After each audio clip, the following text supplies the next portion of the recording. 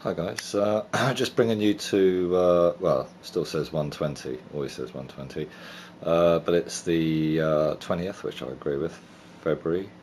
Got it set on 2 days, T gamma, and I put it onto maximum value here, just to see what I would get. And obviously this didn't come up when I was doing this at the time, but if we look here, we can see a purple dot. So, and as I zoomed in, as we zoom in on Switzerland, you can just see on the north border there, southern Germany, a purple. And now, obviously, cattenom probably throws this stuff up quite high. Now it's catching the top of the Alps, I reckon. That's my view. And it's basically, as you can see, there's 2 orange, or 2 yellow, I should say, and they would be up to 0.3 microsieverts, so it could be 2.22 or something. And when we go to this one here, this is actually up to 0.4 microsieverts, so this is 0.3 something. So that's quite a concern. And if we were to follow the border of France, we could also see that we have that. So basically there's a couple of stations, yellow stations, going up to, once again, 0.20 microsieverts to just under 0.3 microsieverts. So, and I was just going to quickly take you through the 2-day maximum. You can see the nuclear power plants and that bubbling away in France, that on top of cattenom. I think they're taking advantage of the switch off. So big release there around France. Those larger green blobs are the monitoring stations around various nuclear things, and in fact we can go up to Le Hague and we can see Le Hague's chugging away merrily as well. So I mean, just setting it on maximum, you know, the IEA and all that say, oh, maximum's a load of rubbish, but these are the peaks that they ignore. And I've just managed to catch this. So we've got that purple one in North Switzerland. We have 2 going off, you know, and we couldn't get these over the last few days. So this data has just been put in, I would say, at a later stage after the meeting with Cameron and Sarkozy to negotiate just under £1 billion for their nuclear industry friends. I suspect if we don't give them the money, they just walk away from the nuclear reactors and let them smoulder. So we haven't got much choice in that one, but a very sneaky way they've done it. They turned all the French monitors off for 2 days. Now they've come back on, and we can actually find out it's worse than we thought, because not only are there the 2 we were aware of, which was Le Hague and cattenom, but you know, we have all this as well. But this could also be the monitors picking up the cattenom. So I have to, you know, because they've been maxing out these monitors around here. And once they get a fallout cloud go over the top, maybe they start to rise, even though they're heavily averaged, as we know how that can be. So anyway, that's it. I just thought I'd take you to that. It's quite an interesting, you know, and I saw that purple one there. That said to me 0.4 microsieverts, and it's a fair distance from cattenom, I think you'll agree. But I think those chimneys in cattenom really chuck it up high in the air, hot air on a cold winter, and I think it's getting some distance before it starts dropping. Alright guys, and here we are at set at 2-day again, still the 20th. I've gone to iodine 131 gas because I was going to do iodine 131, but unfortunately it won't come up today. Now, you got it yesterday, I posted it, and today it's not available. So make of that what you will. I don't know if I've got a fan club out there, but anyway, I've got it set on last value as well, as I did last night, and I'm going to tell you something. I basically moused over it. I put tooltip on, as you probably realise, that tooltip tick you can see. And when I come down here, basically you can see these two little blue lines. In Slovenia, two little blue dots, and then there's two other dots, but they don't work. But the two blue circles in Slovenia have picked up iodine 131 in the last 2 days, but it won't let me get at them. They've gone into little wheelie mode. But I just thought I'd film this for posterity, that 131, and it's 131G, which is the gas, is basically being sensed in Slovenia 2 days ago.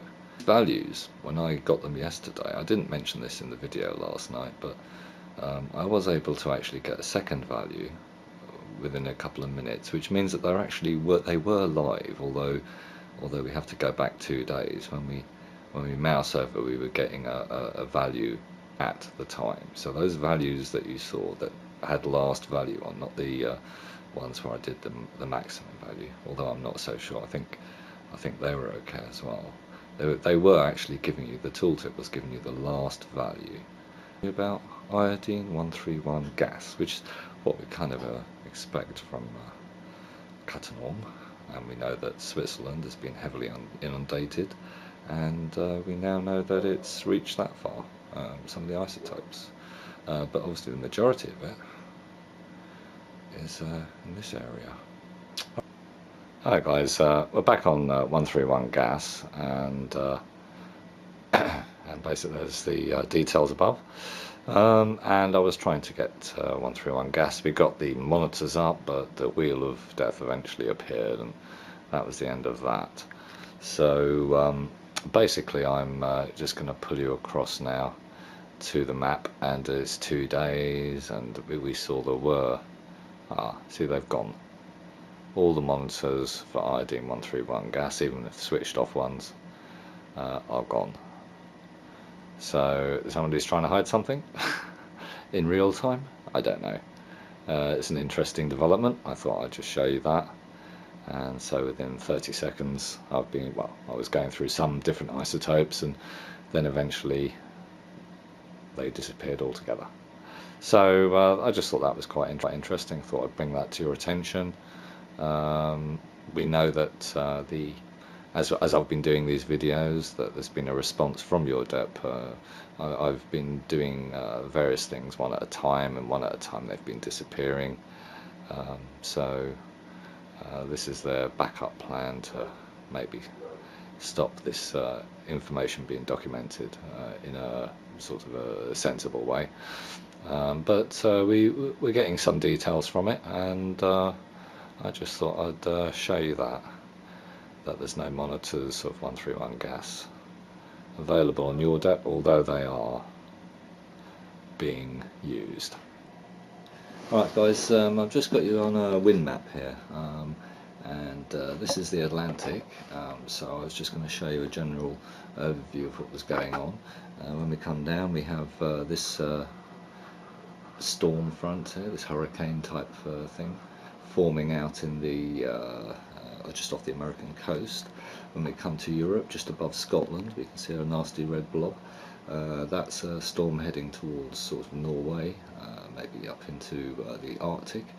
And as we come further south, you can see there are in Europe we have a kind of a circular pattern still going on, very tight in, and defined by the edge of the strong winds of this pressure system that's moved across the Atlantic. We have also winds coming up from the centre, which are coming from Europe via Africa. So if I take you there, then basically I'll bring you to this map, which is actually it's this map, which is European wind resources at 15 metres. And if I scroll that down a little bit, you can see at the top of Scotland there, very high winds. You've got very strong blue colour, that's very high winds. The red is the next one step down, and then when we get to yellow, slightly slower. Green is slower still. And if we go to Luxembourg, which is the bit here, which is of interest, basically you can see that there's various speeds winds. There's a front here, And these winds here I'm about to show you are actually moving down here, and they are actually hooking up into Switzerland, where we got that purple 0.4 microsievert point, and then they're also going into Spain, and they're also going back out into the Atlantic, and then coming in around here, sort of back into sort of the just below Le Havre, where it hits a heavy wind front. So there's a kind of a circulatory pattern that we see at slightly higher levels, but at lower levels there's a kind of a blocking action along the coast, which is kind of because of an onshore wind that we have, which is very common along that part of the coastline. Then when I go to European wind observations, I'm getting a little bit tighter in there. You can see Luxembourg down here, 2 miles per hour variable, basically very little movement there along that blue area there.